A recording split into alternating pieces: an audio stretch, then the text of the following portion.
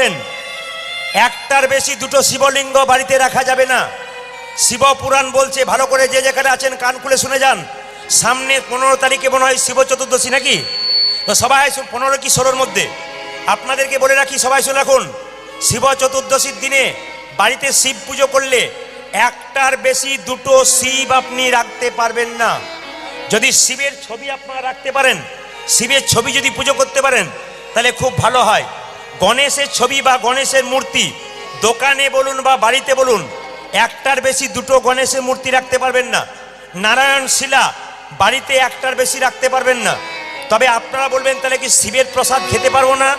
দেখুন, যদি শিব পুরাণ কেউ পড়েন, মন দিয়ে শুনবেন, শিব পুরাণ যদি কেউ পড়েন, বরাহ পুরাণ যদি পড়েন, নারদ পুরাণ যদি পড়েন, 3 জায়গায় একই কথা বলেছে। বই খুলে দেখে নেবেন কি লেখা আছে।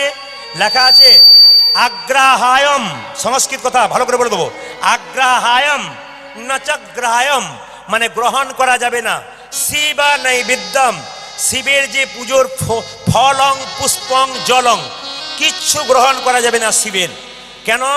পার্বতী মায়ের অভিশাপ আছে, শিবের প্রসাদ খেলে স্যাং জনিতে জন্ম নিতে হয়, কুকুর জনিতে। তাহলে প্রশ্ন করবেন, প্রদীপ বাবু এ কথা কেউ বলে নাই, আপনি বললেন, আমি তো প্রমাণ দিয়ে বললাম। বই খুলে দেখে নেবেন, একবারে পরিষ্কার করে লেখা আছে শিবপুরাণে। কি লেখা আছে? আগ্রাহায়ম নচগ্রাহায়ম শিবা নৈবেদ্যং পুষ্পং ফলং জলং, কিচ্ছু গ্রহণ করা যাবে না। তবে হ্যাঁ, তাহলে কি শিবের প্রসাদ খেতে পারবেন না? বলছে নারায়ণ শিলার পাশে যদি শিবকে পুজো করা হয়, ভগবানের পাশে যদি শিবকে পুজো করা হয়, সেই প্রসাদ আপনারা গ্রহণ করবেন।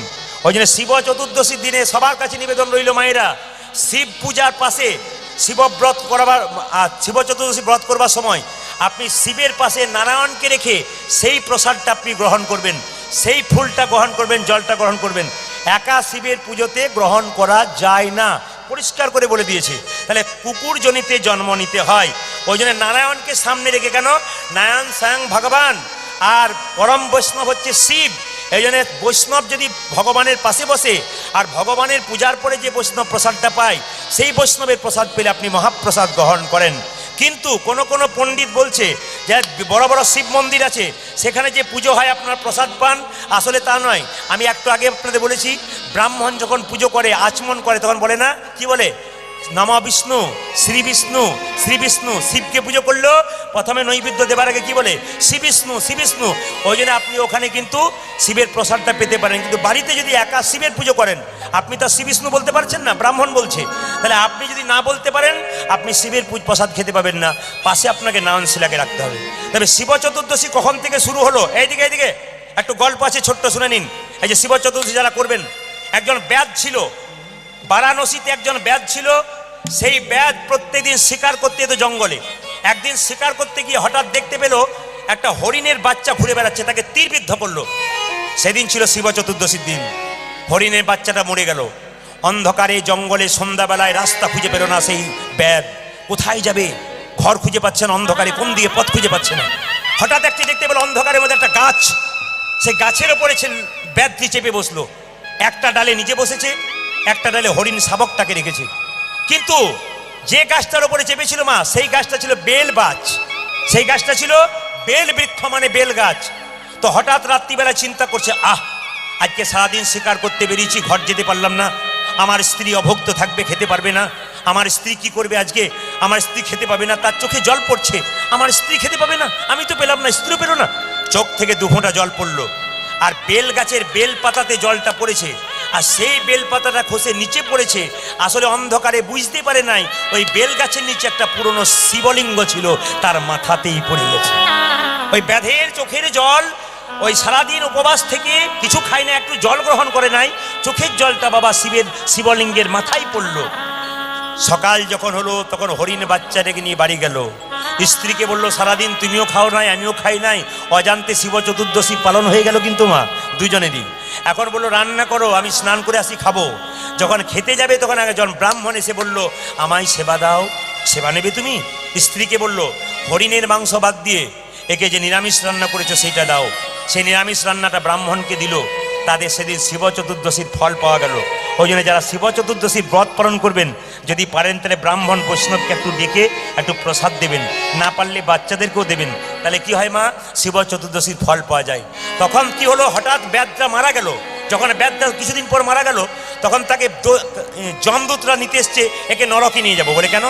একে জমালয়ে নিয়ে যাবো কেন? না, এই বহু পশু মেরেছে। সঙ্গে সঙ্গে শিবদূতেরা বললো, না না, এ যত না পশু মেরেছে, একদিন শিব চতুর্দশীর ব্রত করেছে, এই জন্য একে নিয়ে যাবো আমরা কৈলাস পর্বতে বাবার কাছে। মায়েরা, নিবেদন আপনাদের কাছে, যদি কেউ শিব চতুর্দশী ব্রত করেন, বহু পাপ যদি আপনার ভেতরে জন্ম ছিল, শিব চতুর্দশী ব্রত করলে আপনি শিবালয়ে যাবেন, আপনি জমালয়ে কোনোদিন যাবেন না, আপনি যাবেন কৈলাস পর্বতে বাবার কাছে। আর বাবার কাছে গেলে, আপনি বৈষ্ণবের কাছে গেলে আপনি ভগবান শ্রীকৃষ্ণের চরণ তলে যেতে পারবেন। রামকৃষ্ণদেব মা কালীকে বলতো, মা খা, মা খা, মা খা। পাথরের মা খেত না, রামকৃষ্ণ বসেই থাকতো চরণ তলে, তুই যদি না খাস আমি খাবো না। এক সময় মা কালী হাত বাড়িয়ে বলতো, দে দে, আমায় দে। রামকৃষ্ণ দেবের হাতে মা খেয়েছিল, এ কথা চারিদিকে প্রচার হয়ে গেল। রামকৃষ্ণদেব একটা শিষ্য জিজ্ঞেস করছে, ঠাকুর তুমি যে বলো মা খা, মা খা, মা তোমার হাতে খাই? বলে, হ্যাঁ রে খাই। কই, আমার হাতে খাই না কেন? ডাকার মতো ডাক, দেখবি মা খাবে। তুমিও ডাকো, আমিও ডাকি, ডাকার মধ্যে তফাৎ কি? তফাৎ এইটাই, ডাকার মধ্যে আকুলতা চাই, ব্যাকুলতা চাই, মা খাবে। আমি তো বুঝতে পারি না আকুলতা ব্যাকুলতা কাকে বলে। ঠাকুর কথায় কথায় বলতো, শালা বলতো। ছেলেটা চুলের মুঠি ধরে বলল, তবে আই শালা। এই বলে ছেলেটাকে ধরে নিয়ে গঙ্গার ঘাটে কিছুক্ষণ ডুবিয়ে রাখলো। যখন উঠালো তখন বলল, হ্যাঁ রে, তোকে যখন জলে ডোবালাম তোর ভেতরটা কেমন করছিল? সঙ্গে সঙ্গে ছেলেটি বলল, ঠাকুর আমার ভেতরটা আকুপাকু আকুপাকু করছিল, এই বুঝি প্রাণটা বেরিয়ে যাবে। ভগবানকে ডাকবার সময় তোর মন যদি এরকম আকুপাকু করে, ভগবান কি না এসে থাকতে পারে? ও মায়েরা, আপনাদের কাছে নিবেদন রইল, দাদা ভাইদের কাছে নিবেদন রইল, কে কখন চলে যাবে কেউ জানে না। ভালো করে শুনবেন, কে কখন চলে যাবে কেউ জানে না, যাবার কোনো নির্দিষ্ট টাইম নেই। তাই যাবার আগে কিছু ভালো কাজ করে যান, এ কোনো বয়সের ব্যাপার নেই। আপনারা তো দেখতে পেলেন কিছুদিন আগে উড়িষ্যাতে বালেশ্বর একটা ট্রেন অ্যাক্সিডেন্ট হলো না? এতে আমি পেপারে পড়েছিলাম। কি পড়েছিলাম? একজন মা বলছে, আমার ছেলে 1 বছর পর বাড়ি আসছে, অ্যাক্সিডেন্ট হবার আগে 2টো স্টেশন আগে আমাকে ফোন করছে, মা আজকে ভালো ভালো খাবার তৈরি করে রেখো, 1 বছর পর তোমার কাছে আসছি, তোমার হাতে খাবো। মায়ের হাতে ছেলে আর খেতে পারলো না। কত স্বামী, কত স্ত্রীর স্বামী 1 বছর পর বাড়ি আসছে, স্ত্রী আনন্দে বিভোরা হয়ে গেছে, আমার স্বামী আসছে, স্বামী আর এলো না। কতজনে কাজে যাচ্ছিল নিজের লক্ষ্যে, পয়সা রোজগার করে বাড়ি তৈরি করব, আর হলো না। কার যে কখন সময় চলে যাবে আসবে কেউ জানে না। বাবা, যাবার আগে কিছু ভালো কাজ করে দাও। সেই ভালো কাজটা কি? কৃষ্ণ নাম, হরি নাম, তাছাড়া কোনো উপায় নাই। আপনাদের ছোট্ট করে প্রমাণ দিয়ে দিমা, যে যেখানে বসে আছেন এই দিয়ে তাকাবেন। এই যে হাতটা পেয়েছেন, হাত দিয়ে কি করবেন? খাবেন? ঝগড়া করবেন? না। এই চোখটা পেয়েছেন, চোখ দিয়ে কি করবেন? শুধু পৃথিবীর সব জিনিস দেখবেন তা নয়। মুখটা পেয়েছেন, মুখ দিয়ে কি করবেন? এই যে আপনি চরণটা পেয়েছেন, চরণ দিয়ে কি করবেন? এই কপালটা পেয়েছেন, কপাল দিয়ে কি করবেন? প্রমাণ দেখে নিন যে যেখানে বসে আছেন। কুরুক্ষেত্রের যুদ্ধ যখন শেষ হয়ে গেল, কৃষ্ণ যখন অর্জুন যখন জিতে গেল পঞ্চপাণ্ডব, তখন অর্জুন কৃষ্ণকে বলল, প্রভু আমি তো অনেক রক্ত ঘাঁটলাম, পাপ করলাম, আমি গঙ্গায় গিয়ে আমার শরীরটাকে একবার পবিত্র করে নেবো ধুয়ে। এই যে দেখান, কৃষ্ণ হাসলো, তুমি গঙ্গায় স্নান করবে, যাও। যখন গঙ্গায় স্নান করবার জন্য অর্জুন নামতে যাচ্ছে, চমকে গেল। প্রশ্ন করবেন কি চমকে গেল? হঠাৎ দেখছে একটা শৃগাল বসে আছে, একটা মৃতদেহ ভেসে ভেসে আসছে, তাকে ছিঁড়ে খাবে বলে। তো মরা দেহটা আসছে ধীরে ধীরে, শৃগালটা কিন্তু উঁকি মেরে বসে আছে, কখন আসবে? অর্জুন স্নান না করে তাকিয়ে আছে, দেখি তো কি করে। 1 ঘন্টা পর যখন মৃতদেহটা ধীরে ধীরে ভেসে এলো মা, সঙ্গে সঙ্গে শৃগালটা কি করলো? তার চুলের মুঠি ধরে মুখ দিয়ে ধরে পাড়ে টানলো। কপালটা শুকে দেখলো, চোখটা শুকে দেখলো, কানটা শুকে দেখলো, হাতটা শুকে দেখলো, পাটা শুকে দেখলো, আবার গঙ্গা জলে ফেলে দিল। অর্জুন জিজ্ঞেস করছে, এ শৃগাল লোকে বলে তুমি খুব চালাক। কে বলছে চালাক? তুমি তো মূর্খ শিগাল। কেন? তুমি তুমি 1 ঘন্টার পর ঘন্টা বেকা করে মৃতদেহটা পেলে, তার চোখ দুটো শুকলে, কানটা শুকলে, কপালটা শুকলে, মুখটা শুকলে, পা দুটো শুকলে, হাতটা শুকলে ফেলে দিলে কেন? চোখ দুটো শুকিয়ে দেখলাম কেন জানো? কেন জানো? এ চোখ দিয়ে কোনদিন কৃষ্ণ দেখেছে কি না? চোখ দিয়ে কোনদিন কৃষ্ণ দেখেছে কি না? কানটা শুকিয়ে দেখলাম কেন জানো? এই কান দিয়ে কোনদিন হরি কথা শুনেছে কি না? এই কান দিয়ে কোনদিন হরি কথা শুনেছে কি না? মুখটা শুকিয়ে দেখলাম কেন জানো? কেন জানো? এই মুখ দিয়ে কোনদিন হরি নাম বলেছে কি না? মুখ দিয়ে কোনদিন হরি না বলেছে কি না? কপালটা শুকিয়ে দেখলাম কেন জানো? এ কপাল কোনদিন মন্দিরে ঠেকেছে কি না? কোনদিন মন্দিরে থেকেছে কি না? চরণটা শুকিয়ে দেখলাম কেন জানো? কেন জানো? এই চরণ কোনদিন তীর্থস্থানে গেছে কি না? তীর্থস্থানে গেছে কি না? হাত দুটো শুকিয়ে দেখলাম কেন জানো? কেন জানো? এই হাত দিয়ে কোনদিন সাধু গুরু বৈষ্ণবের সেবা করেছে কিনা? সাধু গুরু বৈষ্ণবে আরে সেবা করেছে কি না? যে দেহ লাগে না এই কৃষ্ণের সেবায়,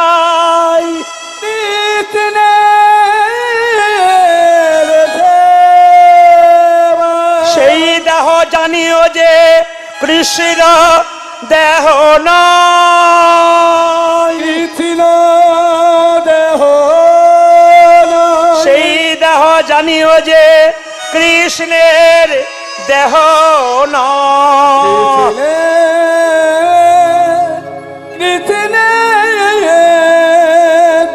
দেহ একবারে মন দিয়ে শুনবেন। এই চোখটা দিল কেন? আস্তে। সকালবেলায় ঘুম থেকে উঠে ভগবানের চরণ দর্শন করতে হয়। মায়েরা আপনার হাত তুলে বলুন, ভগবানের চরণ ভালোবাসেন না বদন ভালোবাসেন? জোরে বলুন, কোনটা ভালোবাসেন? জোরে বলতে হবে কিন্তু, কোনটা ভালোবাসেন, চরণ না বদন? চরণ। কেন? বদনটা কালো বলে পছন্দ হয় না? বলে না, চরণ না ধরলে বদনে পৌঁছানো যায় না। আগে যদি হও নিচু তবে পাবে কিছু, আগে চরণ ধরো তারপর পাবে। মায়েরা চরণটা শুকে দেখলো কেন আর চোখটা দেখলো কেন?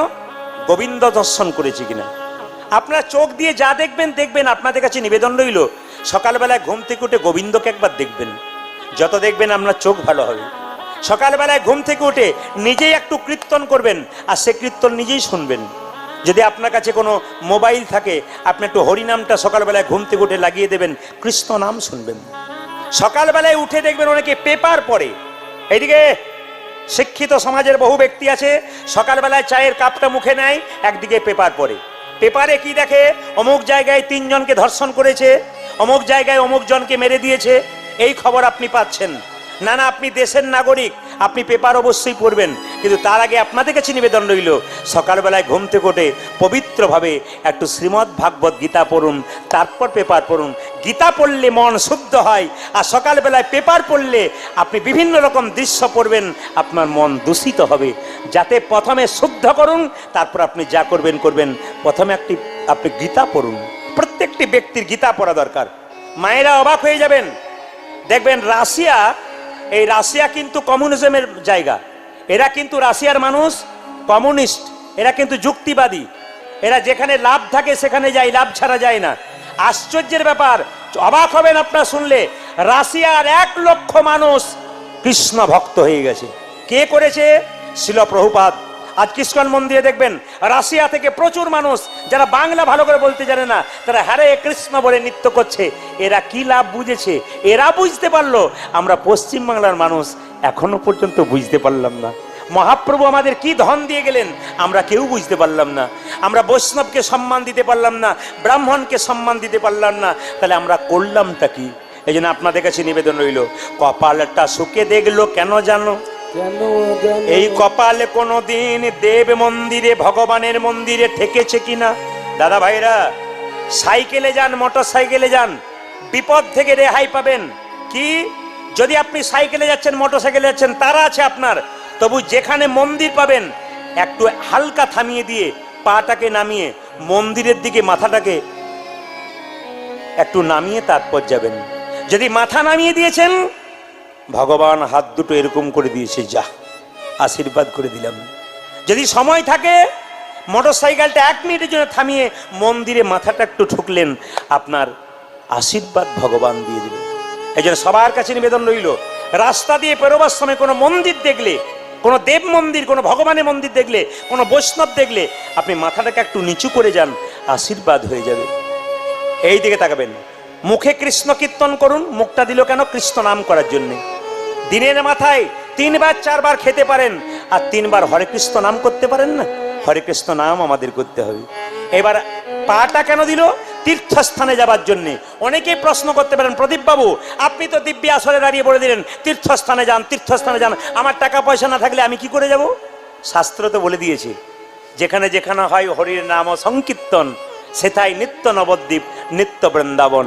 যার পয়সা নাই, নাই বা থাক, এখানে হরিনাম হচ্ছে, এখানে আসুন, এই জায়গাটা নবদ্বীপ, এই জায়গাটা বৃন্দাবন, এইসব এরকম তীর্থস্থানে আসুন, আপনার জীবন সুন্দর হবে।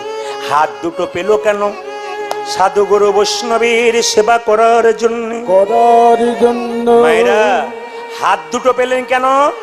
যদি পারেন সপ্তাহে 1 দিন সাধু গুরু বৈষ্ণবের সেবা করুন, যদি না পারেন মাসে 1 দিন করুন। মায়েরা যারা কীর্তন শুনছেন, দাদা ভাইরা শুনছেন, যাদের ছেলে মেয়ের বিয়ে দেবেন তাদের জন্য বলে রাখি, ছেলে মেয়ের বিয়েতে নিমন্ত্রণ সবাইকে করেন, কিন্তু প্রথম নিমন্ত্রণ তাকে করতে হবে যে ভগবানকে দিয়ে তারপর খাই। আমরা অনেকেই আছি যারা আগে খাই, ভগবানকে দিই না। কিন্তু এমন ব্যক্তি আছে সাধুগুরু বৈষ্ণব যারা ভগবানকে দেয় তারপর খায়। আপনার সেই ব্যক্তিকে প্রথমে নিমন্ত্রণ করুন যারা ভগবানকে দিয়ে তারপর খায়। এই দিয়ে তাকান মায়েরা, কোনো বৈষ্ণবকে নিমন্ত্রণ করবেন, আপনার মেয়ের বিয়ে হবে তার 7 দিন আগে আপনারা যদি পারেন তো 7টা 10টা 11টা বৈষ্ণবকে ডেকে আপনার সেবা দেবেন।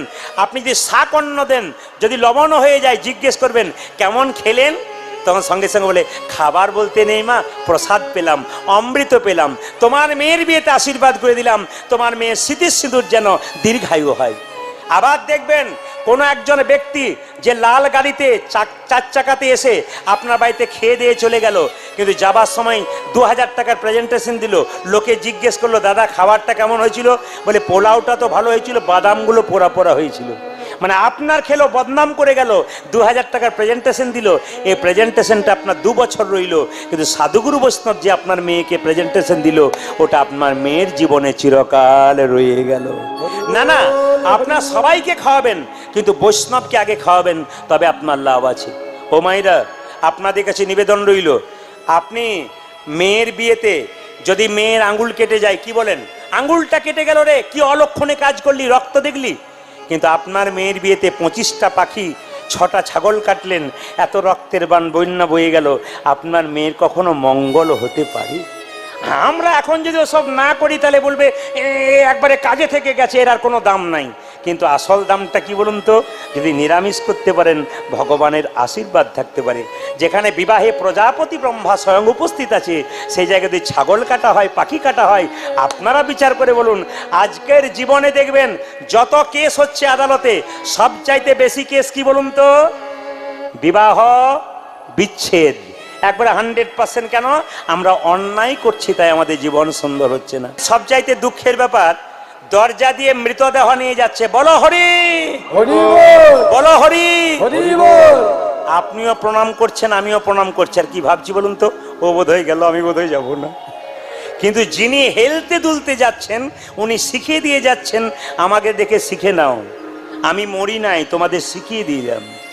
তোমার আগে আমি সংসার করেছি, কত ভালোবাসা দিয়েছি সবাইকে। সংসারের মায়া ত্যাগ করে আমি যেমন বাঁশের মাচায় হেলতে দুলতে চললাম, একদিন তোমাকেও কিন্তু হেলতে দুলতে চলে যেতে হবে।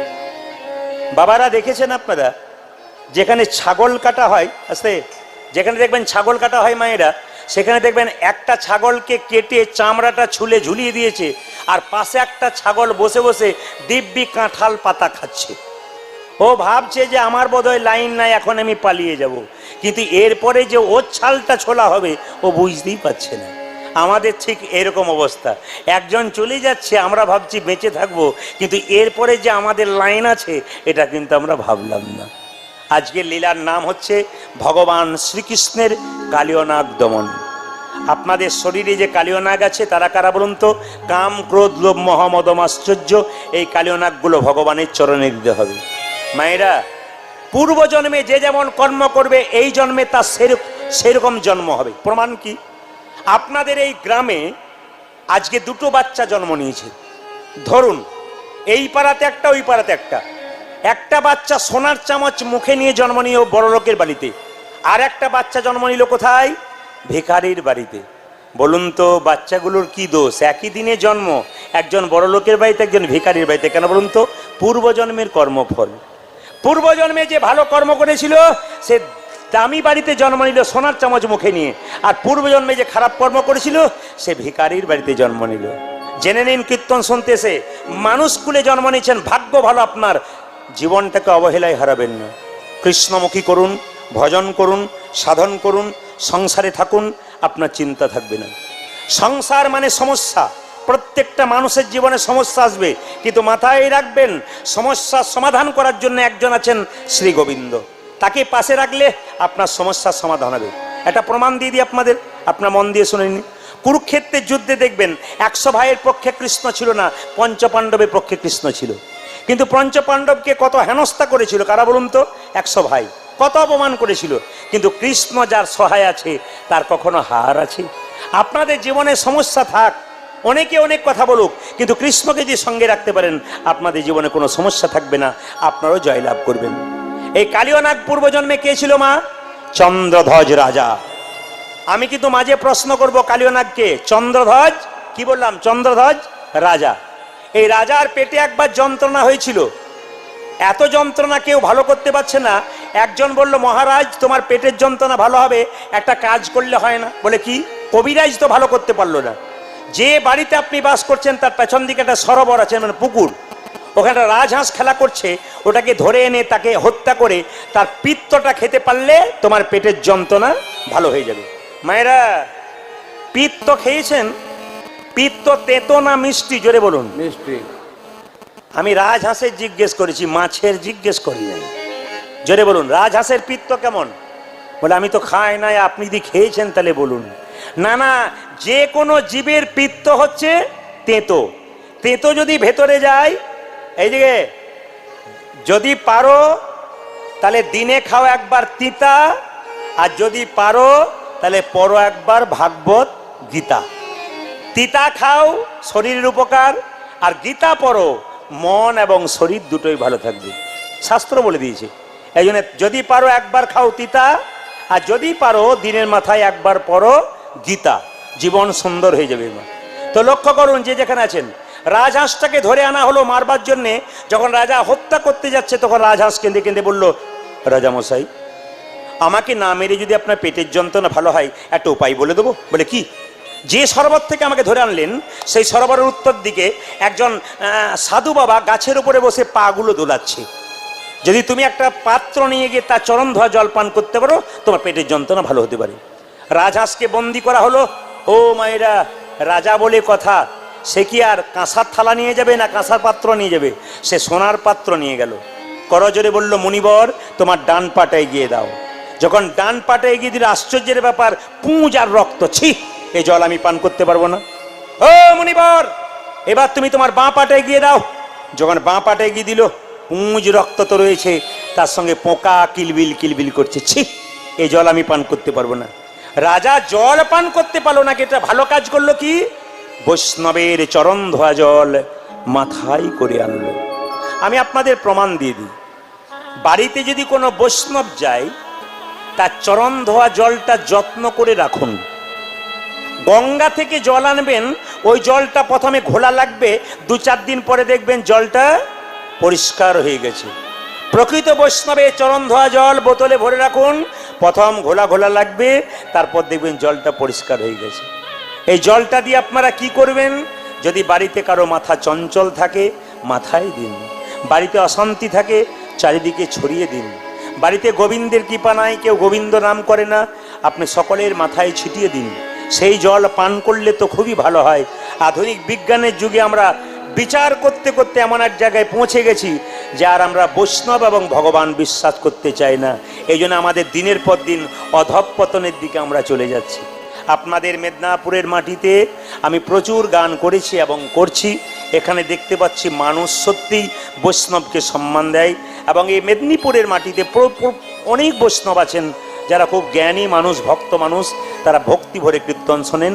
আসুন, আজকে রাজা চন্দ্রধ্বজ কি করলো? চরণ ধোয়া জল পান করতে পারলো না, মাথায় করে নিয়ে এলো।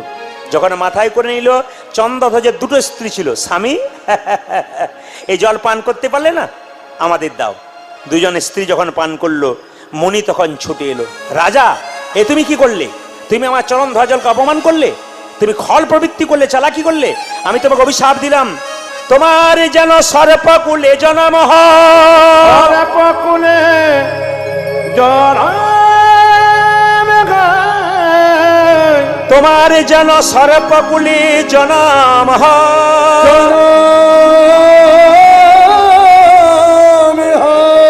তোমার যেন সর্পকুলে জন্ম হয়।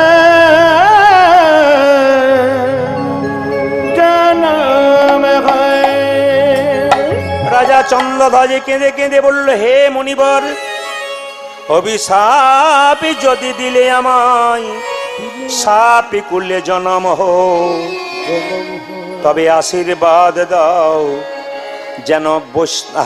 যেন ভগবানের চরণ আমি মাথায় রাখতে পারি। মাথায় রাখতে বৈষ্ণব বলল, অভিশাপ যেমন তোমায় দিয়েছি, তোমার খল প্রবৃত্তি মানে সাপ কুলে জন্ম হোক, আশীর্বাদ দিলাম যেহেতু বৈষ্ণবের চরণ ধোয়া জল মাথায় করে এনেছো, একদিন তোমার মাথায় ভগবান শ্রীকৃষ্ণের নৃত্য হবে। তুমি হবে কালীয় নাগ, আর তোমার মাথার উপরে কৃষ্ণ নাচবে। মায়েরা, তাই তো পদকর্তা বর্ণনা করলেন, কালীদহের কালো জলে কালীয় নাগ বাস করে। পদকর্তা বললেন, কালিন্দির এক দহে কালী নাগ তাহে রহে। ও গো কালিন্দির এক দহে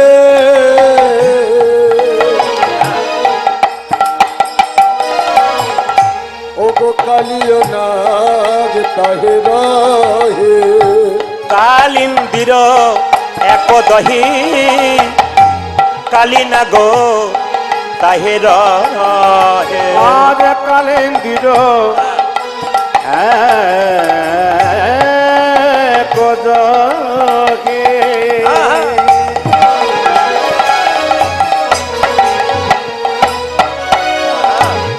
আমার কালে না গো তাকে রগে। বিষ জলে, ও যে বিষ জলে দহন সমান, দেখ রে বিষ জলে বিষ জলে দহন সমান। ও যে বিষ জলে দহন সমান, দেখ রে দেখো বিষ জলে দহন সমান। বলি বিষার জলে সমানে সমান,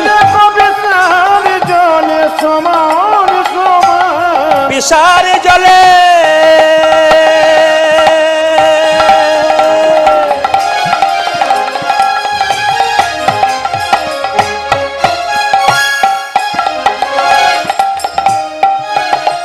ও যে বিষার জলে সমানে সমান।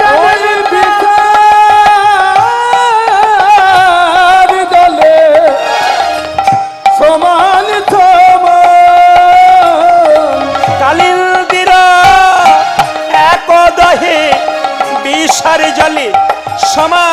সমান কালী বিষার জলে নিতাই গৌর হরি বল।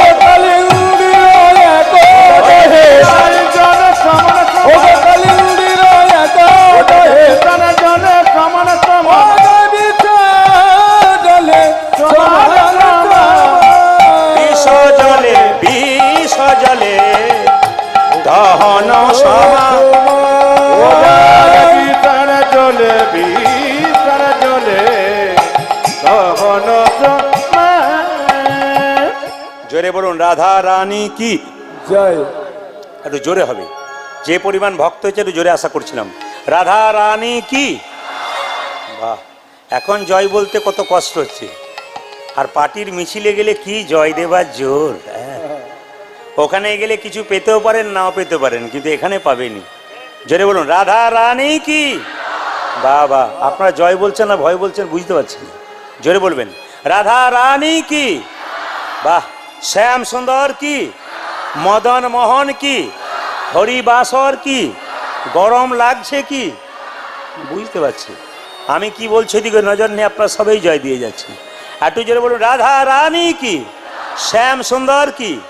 মায়েরা, তাহলে কালীদহের জলে কে বাস করছে? কালীয় নাগ। সেখানে এত বিষ জলের মধ্যে যে সেই বিষের বাতাসে ওই পথ দিয়ে কেউ পেরিয়ে গেলে ছটপট ছটপট করতে করতে মরে যায়। আচ্ছা, আপনাদের মেদিনীপুরে আছে কিনা জানি না, আমাদের বীরভূমে পুকুরে কিছু কিছু পুকুরে পদ্ম ফুল আছে। তো যে পুকুরে পদ্ম ফুল আছে মা, সেই পুকুরে একটা সাপ আছে, সাপটার নাম কি? পদ্মনাগ। আপনারা অনেকে জানতে পারবেন পদ্মনাগের সাপের এত বিষ, অনেকে পদ্ম ফুল তুলতে যায়, ওখানে কামড়ে দেয়, জল থেকে আর আসতে পারে না, ওখানে নিতাই গৌর হরিবোল হয়ে যায়।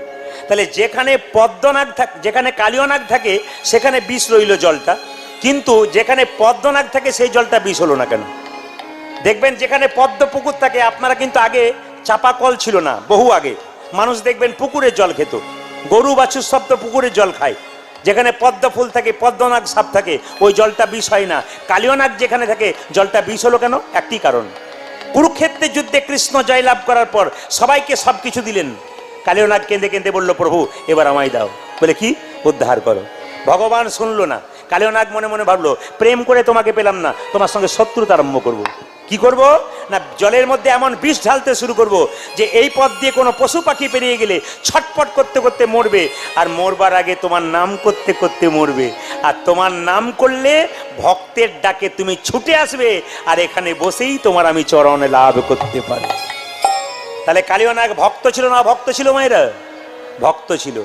আচ্ছা, রাবণকে আপনার রামের শত্রু ভাবেন, কিন্তু জেনে নিন রাবণের মতো ভক্ত আর কেউ নাই।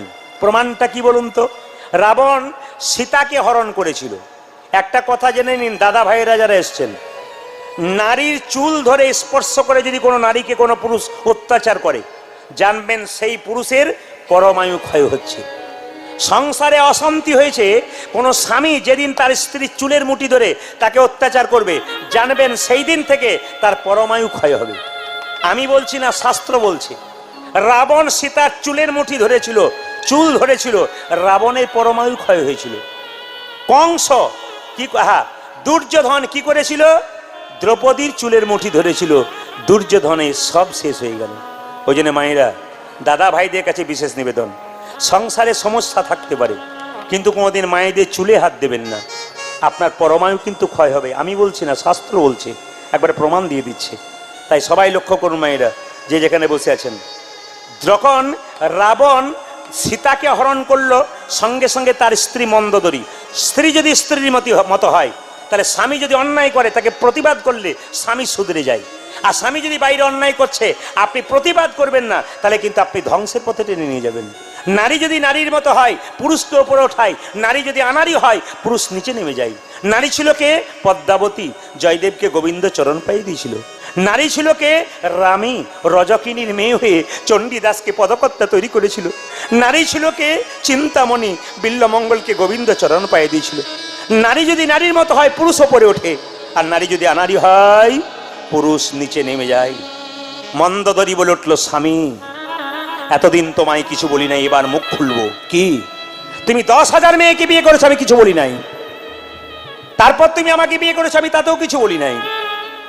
কিন্তু এবার তুমি যে অন্যায় করলে, সীতা মাকে তুমি অত্যাচার করে ঘরে নিয়ে এলে, হরণ করলে, চুলের মুঠি ধরলে, তার মানে তোমার অধঃপতন শুরু হয়ে গেল। রাবণ মাথা নিচু করে বলেছিল, মন্দোদরী, সীতা আমার মা। চুপ করো। যে সীতাকে তুমি হরণ করে এসছো, জোর করে নিয়ে এসছো, তাকে তুমি মা বললে? সীতা আমার মা। সীতা যদি তোমার মা, তবে রাজপুরীতে রাখলে না কেন? রাবণ বলে উঠল, মন্দোদরী, যাকে তুমি রাজপুরী মনে করছো, সে তো রাজপুরী নয়, সে তো পাপের পুরী। যাকে মা বলে রেখেছি, তাকে কি করে আমি পাপের পুরীতে রাখবো? অশোক বনে রেখেছি, যেখানে শোক নাই, দুঃখ নাই, সেই মন্দোদরী বলল, চুপ করো, তুমি বারবার মিথ্যে কথা বলছো। অশোক বনে রেখেছো মা সীতাকে, তোমার লোক বারবার সীতাকে আঘাত করছে, তুমি কিছু বলছো না। রাবণ বলছে, শোনো মন্দোদরী, নদীতে যদি নৌকা বাঁধা থাকে, আর সেই নৌকায় যদি কেউ বারবার আঘাত করে, আঘাত করে, নদীতে যদি নৌকা বাঁধা থাকে, আর সেই নৌকায় কেউ যদি বারবার আঘাত করে, তবে কেউ ছুটে আসুক আর না আসুক, নৌকার মালিক কিন্তু ছুটে আসে। সীতা হলো আমাদের পরপারের নৌকা, পরকালের নৌকা। এই পরপারের নৌকা সীতাকে যদি কেউ আঘাত করে, কেউ ছুটে আসুক না আসুক, প্রভু রামচন্দ্র ছুটে আসবে। তখন আমাদের বাইরে যেতে হবে না, ঘরে বসে চরণ পাব, ঘরে বসে আমরা চরণ পাব। তখন আর বাইরে যেতে হবে না, আমরা ঘরে বসে চরণ পাব, ঘরে বসে চরণ পাব। মাইরা, রাবণ কত বড় ভক্ত ছিল। মন্দোদরী বলছে, সীতাকে তুমি মা বলে ডাকছো, সীতাকে আঘাত করছে, তুমি কাঁদছো না? তুমি কাঁদছো না? তোমার চোখে জল নাই? রাবণ মাথা নিচু করে বলেছিল, মন্দোদরী, ওগো মন্দোদরী, এখন যদি কেঁদে কেঁদে সব চোখের জল শেষ করে দেব,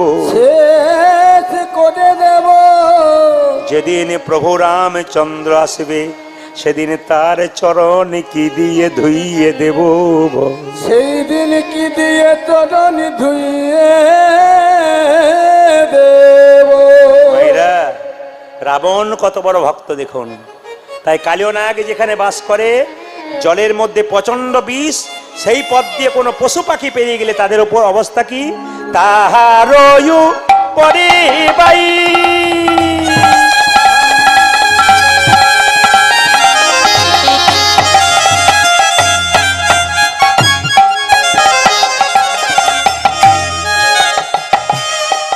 যদি পাখি উড়ে যাই,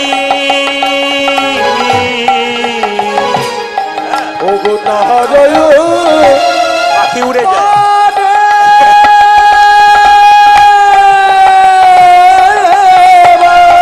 হারি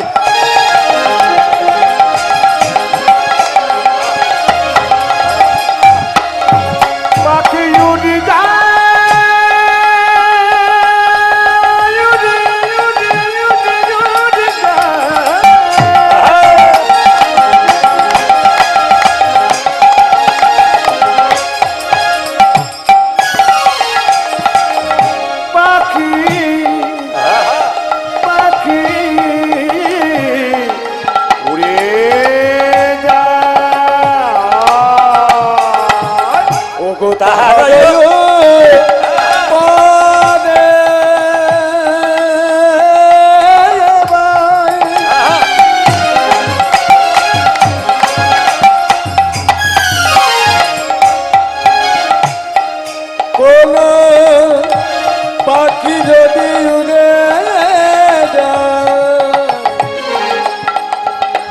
যে বিষের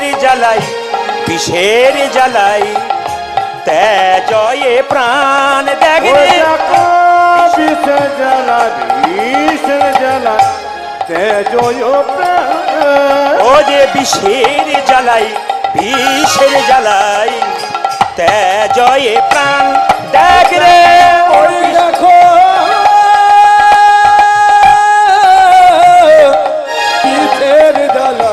পিঠের ডালায় তেজয়ে পড়ে আমরা কোনো অপরাধ করি নাই প্রভু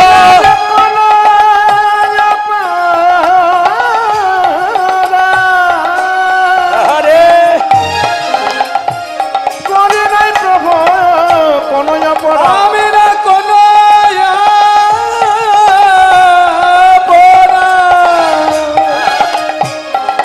করি নাই প্রভু ও যে বিষের জ্বালাই প্রাণেতে দিলাম কোনো অপরাধ করি নাই প্রভু বৃষ্টির জ্বালায় প্রাণে দিলাম কোনো অপরাধ করি নাই প্রভু নিতাই গৌর হরি বল।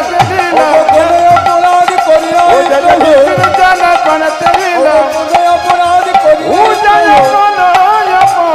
করি নাই বিষের জ্বালায় বিষের জ্বালাই তেজয়ে জোরে বলুন রাধা রানী কি জয় একটু জোরে বলবেন শ্যাম সুন্দর কি জয় মদন মোহন কি জয় হরিবাসর কি জয় আচ্ছা বাবা এই দিকে তাকাবেন যতক্ষণ আপনার সঙ্গে ভগবান আছে ততক্ষণ আপনার ঠিক আছে ভগবান আপনার কাছ থেকে সরে গেল মানে আপনি ধ্বংসের পথে চলে গেলেন কিন্তু ভগবানকে পেয়ে কেউ যেন অহংকার করবেন না তাকান আমার দিকে একজন অহংকার করেছিল অর্জুন অর্জুন একসময় কৃষ্ণকে বলেছিল সখা তুমি কিছু জিজ্ঞেস করছো বলে হ্যাঁ ভীষ্মের ক্ষমতা বেশি না তোমার ক্ষমতা বেশি অর্জুন বলেছিল আমি দুই হাতে কি করতে পারি বাণ ছুটতে পারি দুটো হাত সমান অর্জুনের এক নাম কি ছিল বলতো সব্যসাচী অর্জুন বলছে আমার ক্ষমতা সব চাইতে বেশি ভীষ্মের চাইতে তো ভগবান বলে তার এক কাজ করে ভীষ্মকে ডাকা হোক ভীষ্ম রথে দাঁড়িয়ে আছে কৃষ্ণের রথে অর্জুন দাঁড়িয়ে আছে এই তাকান কৃষ্ণ বলল অর্জুন তুমি ভীষ্মের রথের চাকায় তীর মারো দেখি তো তুমি কত দূর পর্যন্ত ভীষ্মের রথ থেকে সরিয়ে দিতে পারো আর ভীষ্মকে বলল তুমি অর্জুনের রথের চাকায় তীর মারো দেখি তো অর্জুনের রথটা কত দূরে সরে যেতে পারে সঙ্গে সঙ্গে ভীষ্ম যখন অর্জুনের রথের চাকায় তীর মেরেছে তখন রথের চাকাটা দু হাত সরে গেছে কিন্তু যখন অর্জুন মারল ভীষ্মকে ভীষ্মের রথের চাকাটাকে তখন 12 হাত দূরে সরে গেল অর্জুন বলছে দেখলে তো সখা কৃষ্ণ আমি বললাম না আমার ক্ষমতা সব চাইতে বেশি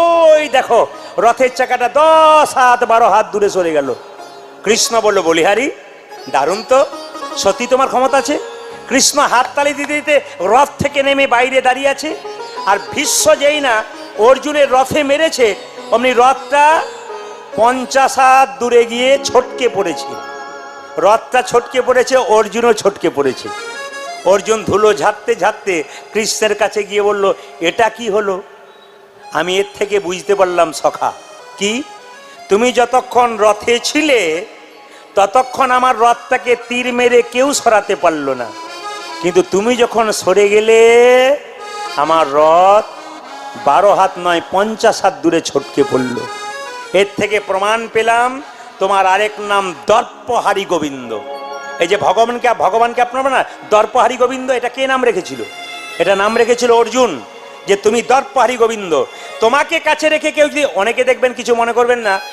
এমন এমন ভাব দেখায় মালা তিলক টিলক করে সবাই নয় 2-4 জন মানে ওদের মতো বড় ভক্তার কেউ নাই ওরাই বোধহয় নিরামিষ খায় আর কেউ খায় না তোমার ছোঁয়াতে আমি খাবো না তোমার এই করলে খাবো না না তা নয় মহাপ্রভু তো তা বলেনি মহাপ্রভু কি বলেছেন মহাপ্রভু বলেছেন সবাইকে কোলে কোল দাও সবাইকে হরিনাম শেখাও অনেকে দেখবেন একাদশীর দিনে এমন ভাবে দেখায় আপনি একাদশী করতে পারেন নাই বলে উনি এমন ভাব দেখায় আপনি মনে মনে ভাবেন যে আমি কত ছোট হয়ে গেলাম না ওই ভাব দেখালে হবে না। তুমি যদি একাদশী করে অহংকার করো, মহাপ্রভু তোমাকে স্বীকার করবে না।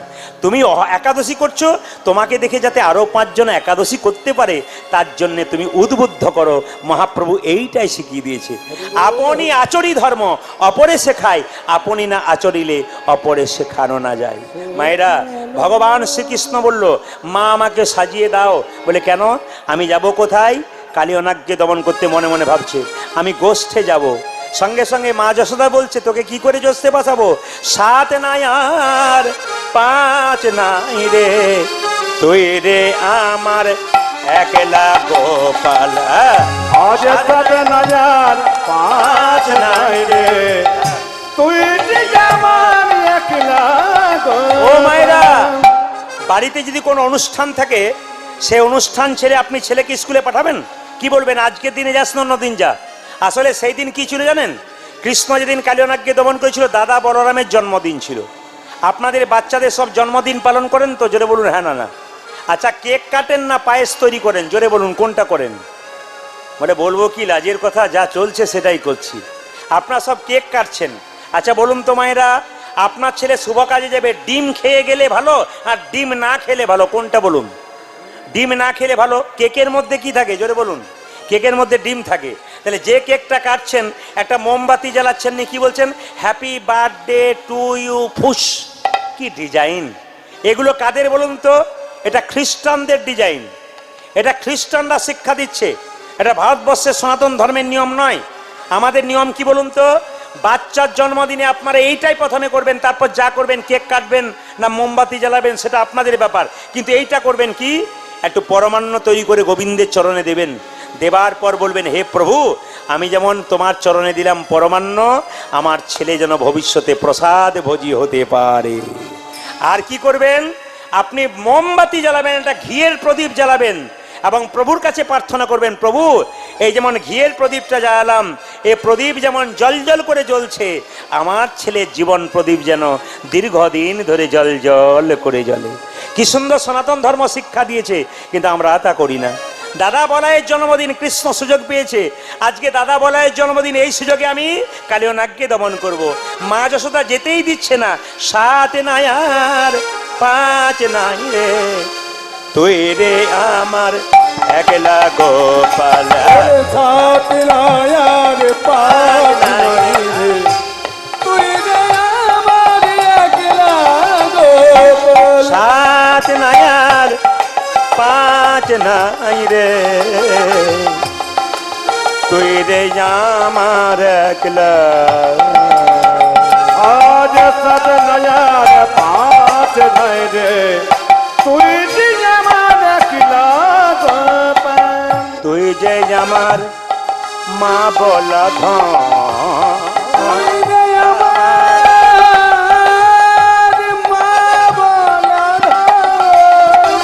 তুই যে আমার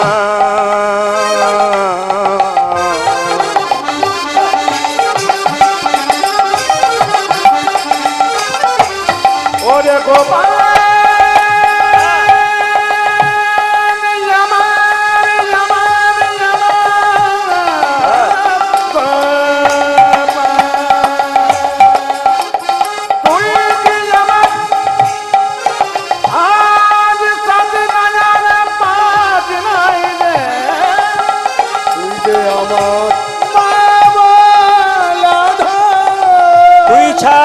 আর কে আছে বল, তুই যে আমার মা বলা ধন। তুই ছাড়া আমার কে আছে বল। 7 নাই আর 5 নাই রে, তুই যে আমার একলা গোপাল। 7 আর 5 নাই রে, তুই যে আমার একলা গোপাল। ভগবান খুব চালাক, বলছে মা তুমি তো আমার কথা ভাবলে, অন্যের কথা ভাবলে না। বলে কেন? 9 লক্ষ ধেনু গাভী। মায়েরা কিছু মনে করবেন না, বৃন্দাবনে কত লক্ষ ধেনু ছিল? নন্দরাজার, জোরে বলুন 9 লক্ষ, মানে 9 লাখ। আচ্ছা, আমি এবছর এখানে গান করে গেলাম, যে বাড়িতে বাসা আছি ধরুন তাদের 6টা গাই আছে বাড়িতে, গাভী। এবার আমি আবার কীর্তন করতে এলাম 6 বছর পর, জিজ্ঞেস করলাম আপনাদের বাড়িতে 6টা গাভী ছিল, এখন কটা আছে? বলে 6টাই আছে। তাহলে আমি চমকে যাব না? একটারও বাচ্চা হয় নাই, না একটাও মরে নাই। এখানে বৃন্দাবনে একই কথা, নবলক্ষ, নলক্ষ, নলক্ষ। আসলে নবলক্ষ মানে কি? নতুন নতুন লক্ষ্য। নবলক্ষ মানে কি মা? নতুন নতুন লক্ষ্যে গোবিন্দ যেত। গোবিন্দ কোথায় যেত? ভক্ত যাতে আমার কষ্ট না পায়, ভগবান তার পেছন পেছন যায়। মায়েরা, মদ ভক্ত যত্র গচ্ছন্তি তত্র গচ্ছামি পার্থিব ভক্তানুমনু গচ্ছন্তি মুক্ত স্থিতি বিসহ। মানে কি? বৎসের পশ্চাতে যেমন ধাই ধেনুগণ, ভক্তের পশ্চাতে সেরকম যায় জনার্দন। যেমন দেখে নেবেন আপনারা, গাভীর বাছুর হয়েছে, আপনি গাভীটাকে দড়ি দিয়ে বাঁধুন, বাছুরটাকে দৌড়ে নিয়ে চলে যান, দেখবেন গাভী দড়ি ছিঁড়ে বাছুরের পেছন পেছন যাবে। ভক্ত যদি ভগবানের পেছন পেছন ভক্ত যদি হা কৃষ্ণ প্রাণ গোবিন্দ বলে চলে যায়, ভগবান তার পেছন পেছন যায়। কেন বলুন তো? যাতে ভক্তের কোনো কষ্ট না হয়। নব মানে কি? নতুন। লক্ষ্য মানে কি? উদ্দেশ্য। গোচারণ, গরু চড়ানো নয়। গো মানে ইন্দ্রিয়, চারণ মানে চালনা করা। মা যশোদাকে বলছে, মা শোনো শোনো, নব লক্ষ্য ধেনুর দল কে যোগাবে তিন জল। নব লক্ষ ধেনুর দল কে যোগাবে তিন জল। নব লক্ষ ধেনুর দল কে যোগাবে তিন দল। নব লক্ষ ধেনুর দল কে যোগাবে তিন দল। গৃহ মাঝে গৃহ মাঝে গৃহ মাঝে রহিতে না পারি। ও আমি গৃহ মাঝে রহিতে না পারি। ও যে গৃহ মাঝে রহিতে না পারি। গৃহ মাঝে রহিতে না পারি। আমি ঘরে রইতে পারি না মা, ঘরে রইতে পারি না মা, ঘরে রইতে পারি না মা, ঘরে রইতে পারি না মা। ভক্ত যদি আমায় ডাকে ঘরে রইতে পারি না মা। ভক্ত যদি আমায় ডাকে ঘরে রইতে পারি না মা। ভক্ত যদি আমায় ডাকে ঘরে রইতে পারি না মা। ভক্ত যদি আমায় আমি ঘরে রইতে পারি না মা। ভক্ত যদি আমায় ডাকে ঘরে রইতে পারি না মা। ভক্ত যদি আমায় ডাকে ঘরে রইতে পারি না মা।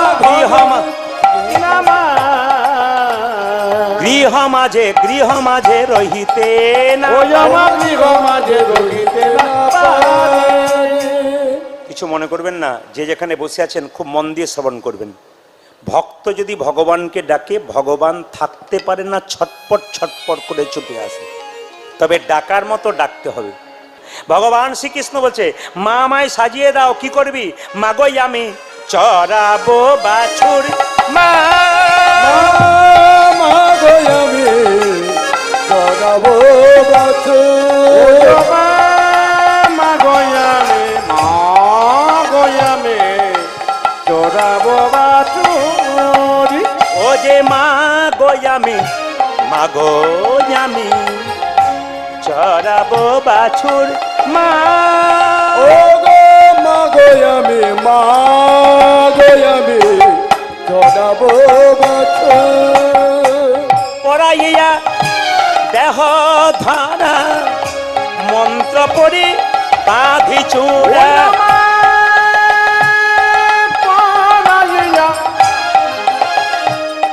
দেহ ধরা মন্ত্র পড়ি বাঁধ চূড়া। পড়াইয়া দেহ ধরা মন্ত্র পড়ি বাঁধি।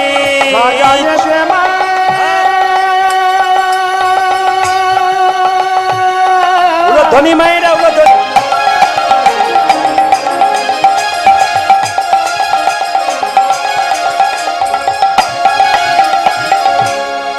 সাজায়ে দে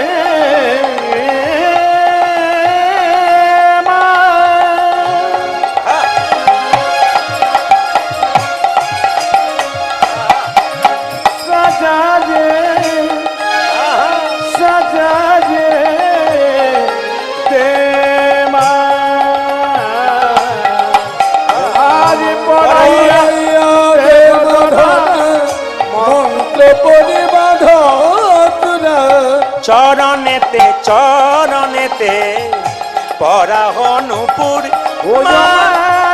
চরণেতে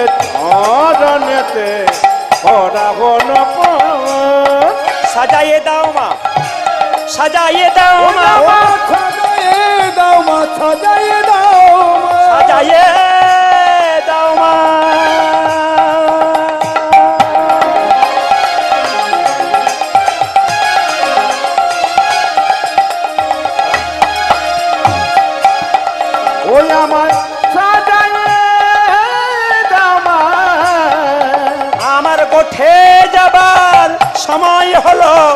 সাজাইয়ে দাও মা, সাজাইয়ে দাও ও মা। মায় আমার গোঠে যাবার, গোঠে যাবার সময় হলো। আর যে ধৈর্য ধরে ও মা গোঠে যাবার সময় হলো। আর যে ধৈর্য ধরে ও মা গোঠে যাবার সময় হলো। ধৈর্য ধরে না মা, সাজাইয়ে দাও মা, সাজাইয়ে দাও মা। মা গো আমি, মা গো আমি জোড়াবো আর কি করবে মা? অলক্কা তিলক্কা ভালি বনমালা দেমা গো, ও মায় লোকা তিলকা ভালে বনমালা দেবা গলে। অলক্কা তিলক্কা ভালি বনমালা দেমা গো।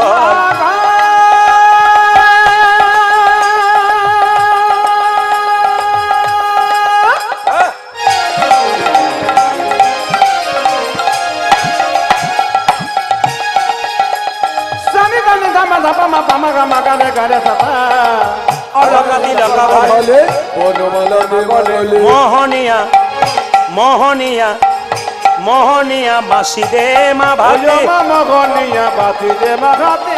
মোহনিয়া বাসি দে মা হাতে। ও মা মোহনিয়া বাতি দে মাহাতে।